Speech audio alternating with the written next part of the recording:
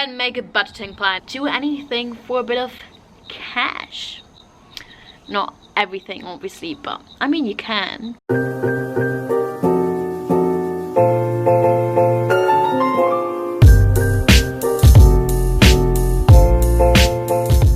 Hey guys, and welcome back to my channel. Today I'm going to talk about how I basically traveled the world after I finished high school with 18, and yeah, I'm also going to share a couple tips with you how you can do the same, so how you can travel for cheap, backpack for cheap, and just all that good stuff. So let's get right into that.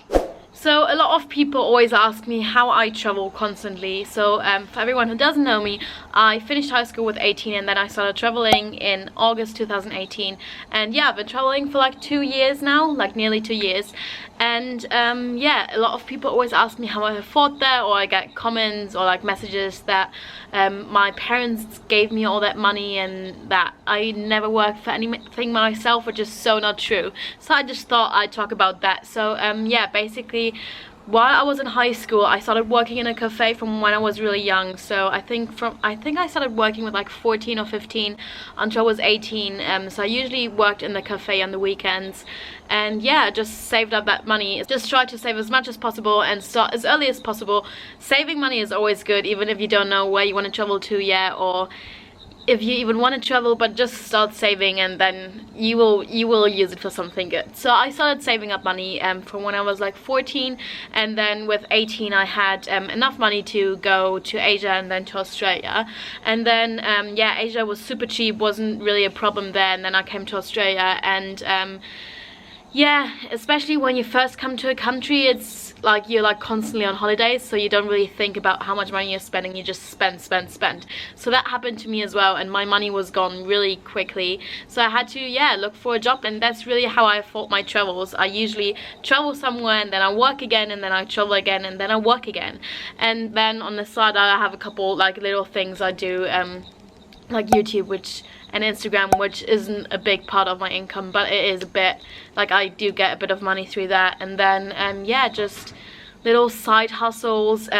Right now I'm working as an au pair, so as a nanny, as you maybe saw in my previous videos. But that's really how I afford to travel. So yeah, I just save up while I'm working, and then I travel again and try to spend the least money as possible. Alright, so that's basically how I afford to travel, and now I'm going to talk about how to travel on a budget, how I do it, get in on like all the deeds and the nitty-gritty stuff. So let's get started with that. This video is actually sponsored by the Avo app, and the Avo app is perfect if you want to save money on roaming charges while traveling around to different countries, just traveling the world, or especially if you're in Asia, traveling to like all the like different countries and islands in Asia. If you have the Avo app, you first of all get to keep your own numbers, so you don't have to constantly change numbers. So you have your one number the whole time, and then yeah, you save loads of money on roaming charges. Incoming calls are for free, and outgoing calls are way cheaper than with local SIM cards. So that's a great way to save money. I personally use it and I love it. It's so easy to use. You basically just install it, and then you have to, yeah, go through all the steps and make your profile, which is super easy. And then every time you travel to a new country, you basically just get a local SIM card. But if you have the app, you get to keep your original number, and you get to save loads of money on roaming charges. If you download the app with my link in the description below, you actually get $1 bonus on your account, which is very good. It saves you loads of money because the app is free and you get all these bonuses. So that's a huge tip of mine. The second tip is, basically every time you go and travel somewhere, I usually look online and see how expensive it is in the country you want to travel to, and then make a budgeting plan. And this sounds like very strict right now, but I swear it helps so much. So if you know, okay, food isn't that expensive, if you have an idea how much everything is in that country, you can basically say, okay, I want to spend $150 or $200 per week, and then you can, yeah, make categories on where you want to spend that money. And obviously in some categories you have to spend money, for example for accommodation, or yeah, vehicles for like getting around, flights and stuff like that. But there are like big parts, for example food, drinking, activities, where you can save a lot of money. So what I personally think, if you travel for example for over a year, it's not like, it always feels like you're on vacation, so you always have that mindset of, okay, I can spend money, I'm on holidays, like whatever, I'm just gonna spend it. But if you're traveling for such a long time, you can't, like, you actually need to save the money, unfortunately. So yeah, that's a really big tip of mine. So when I first started traveling, I never actually looked how much money I spent. I literally just tapped my card, and then all of a sudden I got a message saying, yeah, you don't have much money left.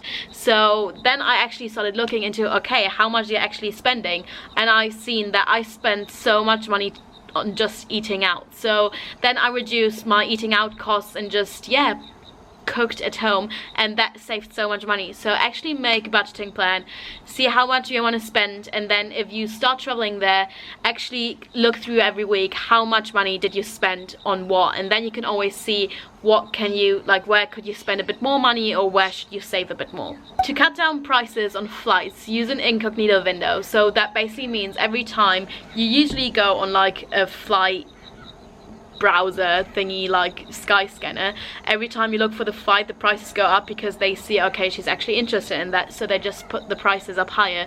So if you're using an incognito window, that can't happen to you, and that actually happened to me, and I didn't know why. So I just used like other people's phones, and I never thought about fucking using incognito window. So just do that, it saves you loads of money. I personally use Skyscanner and Kiwi.com, and it's, yeah, the best is to be as flexible as possible.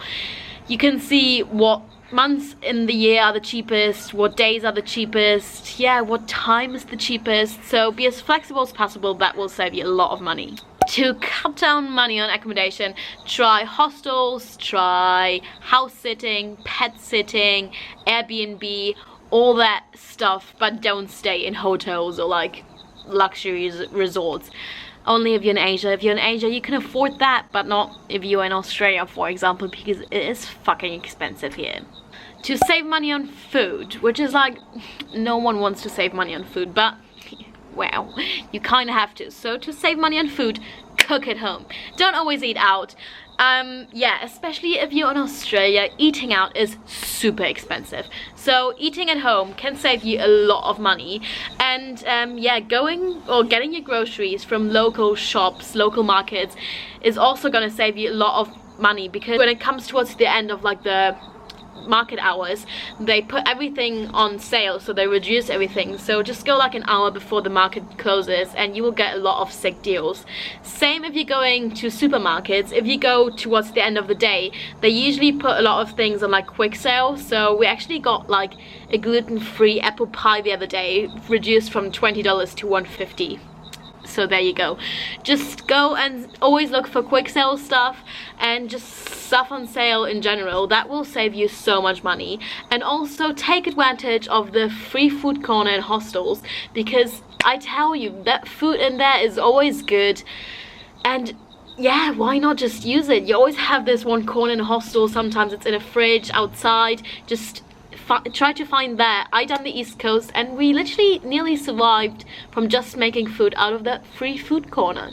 To save money on activities, try to be very chill about it. So let's say you want to travel the East Coast and you want to go to the Whitsundays. Don't already book your tour in advance and plan out everything. Just go with the flow and talk to people and use Facebook groups. Guys, I live in the Whitsundays right now, and if you do a tour here on a boat, which is usually like 2 nights, 3 days, it costs like $500 per person upwards. So literally from $500 to $1,000, which is so expensive. I posted in the local Facebook group here if anyone could take me out to show me the Whitsundays, and a very lovely man responded that he would love to take us out. So we went to the Whitsundays, as you can see here in my previous videos, and it was amazing. We like only paid him because we wanted to, because he was so lovely and it was such an amazing trip. But I would have never really thought something like that is possible. So always, yeah, try to find like local Facebook groups, post in them, and also talk to people. If you go down to the harbour, just say, "Oh yeah, hey mate, can you take me for a trip?" And then you never know what's gonna happen, but you're probably gonna save a lot of money on trips. So yeah, that's a big tip. And also use Groupon for good deals. This is not sponsored by or anything by Groupon, but it is amazing if you want to save money on, yeah, skydiving and stuff. That's how I booked my skydiving tour, and I saved a lot of money using Groupon, especially if you already know, okay, I'm gonna be in Sydney or Asia or anywhere in the world. Use Groupon because it's gonna save you a lot of money. Then another tip is to just volunteer and find work. Just, yeah, see how you go, but try to work, volunteer, house sit, pet sit, do anything for a bit of cash. Not everything obviously, but I mean you can. There are a lot of sex workers here that make a lot of money, so that's always plan B. And last but not least, travel during off-peak season. That's also gonna save you a lot of money. Australia is obviously the other way around, so it's winter here when it's summer in literally like nearly any other country in the world. So yeah, always look when are summer holidays, when are like big school holidays. That will save you a lot of money.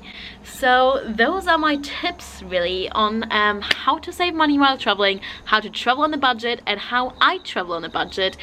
So I just make myself a plan. See, girl, you can't spend that much money on a coffee, $5 for a coffee every day. Can you really afford it? No. So just see how much money you're spending, have a look on it. If you have, or if you're in Australia and use the Commonwealth Bank app, you can go on the app and see every month how much you actually spend on what. It will tell you like transport, food, all that stuff. So just keep an eye on that, don't spend too much. If you're in Australia, I link you my blog post down below with 31 tips on how to save money while traveling. They're really good, so just check it out. If you're a bit low on money right now, and you kind of should start saving, so just check that out. And yeah, good luck everyone, you can do it. Traveling is fun, just do it. Even if you don't have that much money, you will survive and it will all be fine. So have fun on your travels, and I see you in the next video. Bye.